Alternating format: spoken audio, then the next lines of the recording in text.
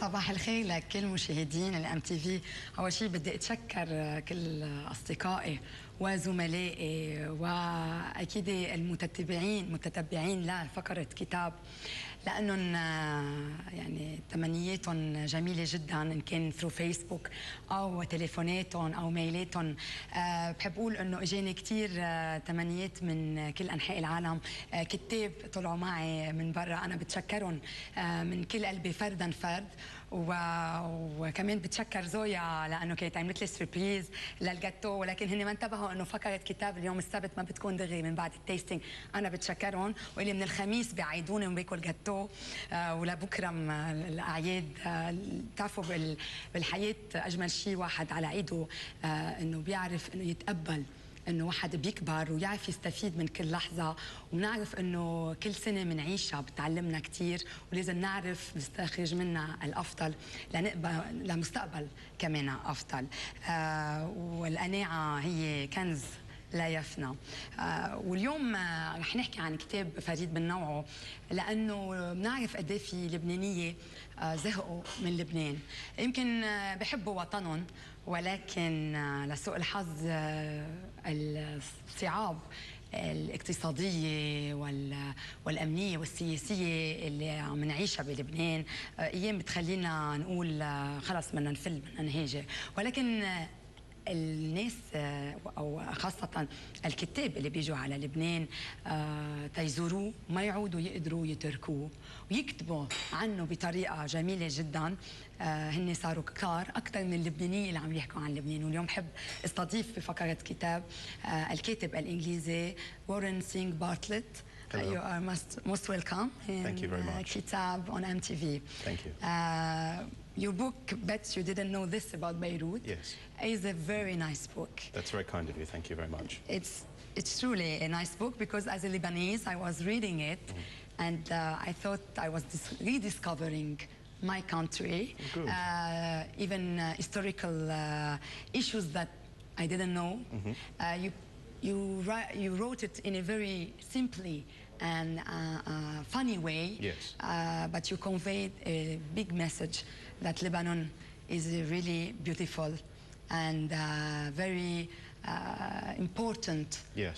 country. Yes, it's very much what I feel. It's a beautiful country. It has a long history. There's so much to say about it. I haven't even said 10% in that book of what I could have said about Lebanon. So I think you're thinking about writing other books. I'm thinking about writing other books, yes, very definitely. This is nice. I will just briefly talk about you.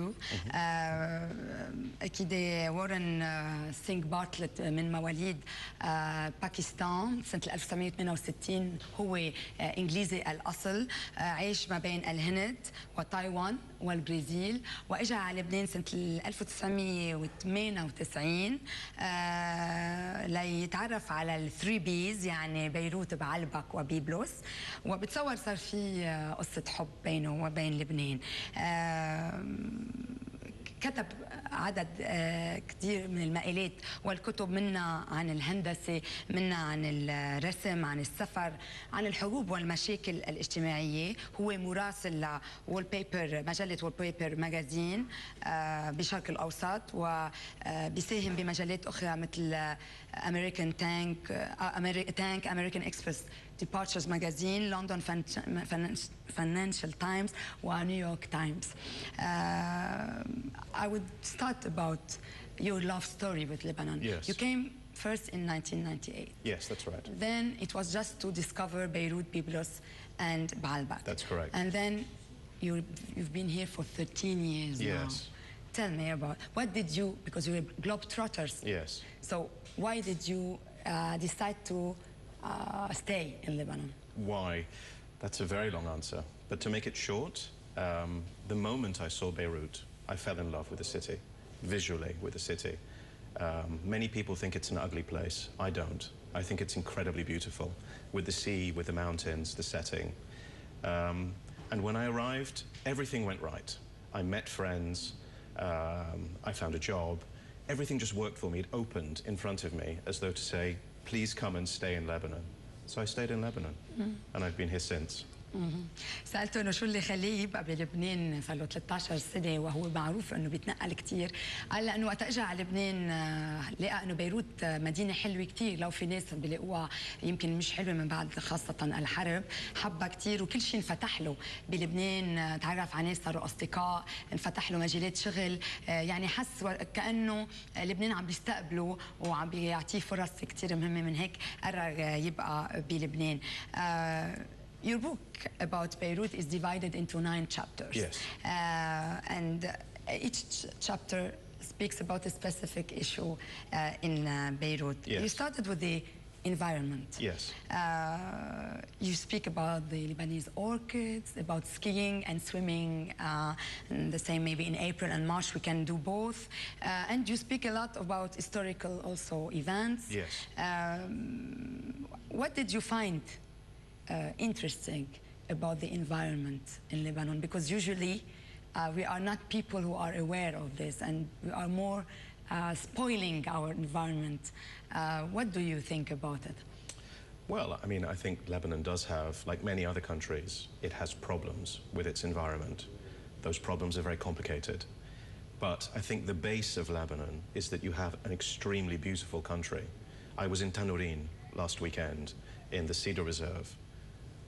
And I mean, it's amongst one of the most beautiful places I've ever seen in my life. I loved it. So I think, you know, I think, yes, people think of Lebanon, they think of Beirut, they think of big, maybe chaotic, maybe urban. But the country is surprising. It's rich. There's so much here.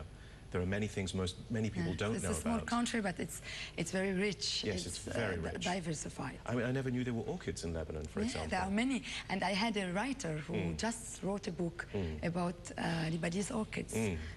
We have many species. Yes, many species. Yeah. And then when you find out, for example, that olive trees went from Lebanon around the Mediterranean, the vine went from Lebanon around the Mediterranean. There are so many things historically also that Lebanon has given and that it still has.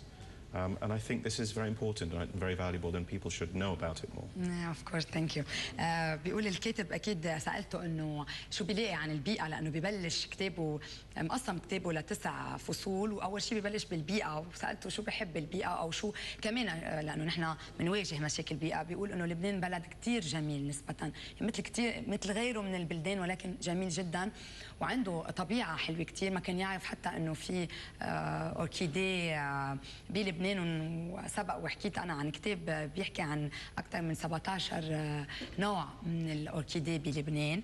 وبيلاقي إنه لو في ناس بتفكر إنه لبنان وخصوصا بيروت كتير يعني مدينة وصاخبة وفيها كتير ضجة ومنها منظمة، هو بيلاقي كمان إنه في ميلة تانية اللي هي الطبيعة، وفيها أمور كتير حلوة، عدا إنه تاريخ لبنان وبيروت عريقين. Then you speak about life. And I think Lebanon is a living and beating heart. Yes. And you talk about the history Yes. of the people in Yes. Lebanon, because I think Lebanon and the Lebanese people are one. Yes. You cannot have an empty country. No, of course not. Tell us more about that. Well, I'm particularly interested in history. I always have been.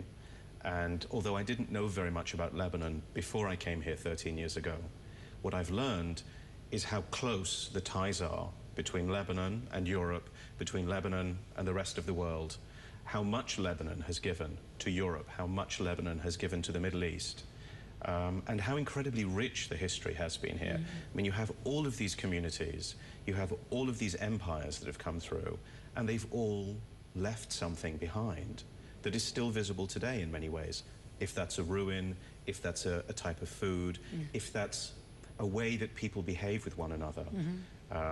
And for me, coming here, the country it's tiny, but it's got enough in it, I think, to fill a world, really. It's an incredible place. Very beautiful. Thank you.